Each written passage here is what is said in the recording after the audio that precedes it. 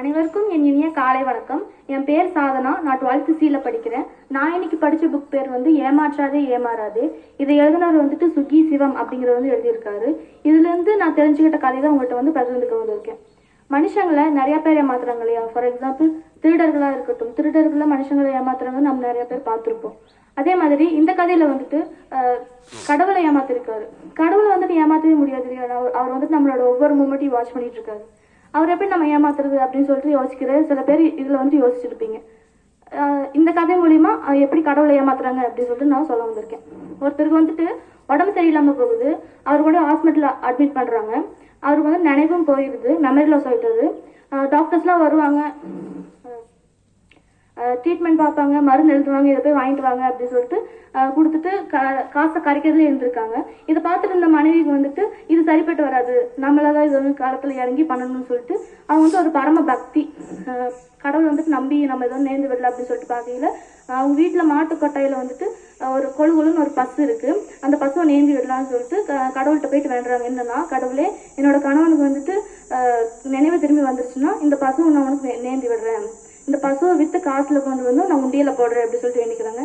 அதே மாதிரி 2 நாள்ல அவருக்கு நினைவு திரும்பிடுது. வீட்டுக்கு வந்துடுறாரு. அதுக்கப்புறம் மனைவி கணவன்கிட்ட சொல்றான், இந்த மாதிரி நான் நேர்த்தி கடன் வச்சிருக்கேன், நேர்த்தி கடன் செலுத்தணும்னு சொல்றான். கணவன் சொல்றாரு, நீ ரொம்ப அவசரப்பட்டு வேண்டிட்ட, ஒரு 2 நாள் வெயிட் பண்ணிட்டு வேண்டியிருக்கலாம், நீ ரொம்பவுமே அவசரப்பட்டுட்ட அப்படின்னு சொல்றாரு. அப்படி இப்படி ஒரு 5-10 வேண்டியிருக்கலாம், ஆனா நீ ரொம்பவுமே ஜாஸ்தியா வேண்டிட்ட அப்படின்னு சொல்றாங்க. அப்படி இப்படி சண்டை முடிஞ்சு ஒரே வழியா கடைசியில மாட்டியும் சந்தைக்கு அழைச்சிட்டு போறாங்க. அழைச்சிட்டு போய் கையில ஒரு பூனையை எடுத்துட்டு போறாங்க. வீட்டுல வளர்த்து ஒரு பூனையை எடுத்துட்டு போறாங்க. எடுத்துட்டு போய் சந்தையில விற்கிறாங்க. அதோட மாட்டோட விலையை கேட்டவுடனே எல்லாருக்கும் அதிர்ச்சி ஆயிடுச்சு. என்னன்னா, அந்த மாட்டோட விலை 1 ரூபாய், ஒரே ரூபாய் கொடுத்து இந்த மாட்டை வாங்கிக்கலாம் அப்படின்னு சொல்லிட்டு சொல்றாங்க. அது எல்லாரும் நான் நீன்னு சொல்லிட்டு சண்டை போட்டு நான் வாங்கணும்னு சொல்லிட்டு வாங்குறாங்க.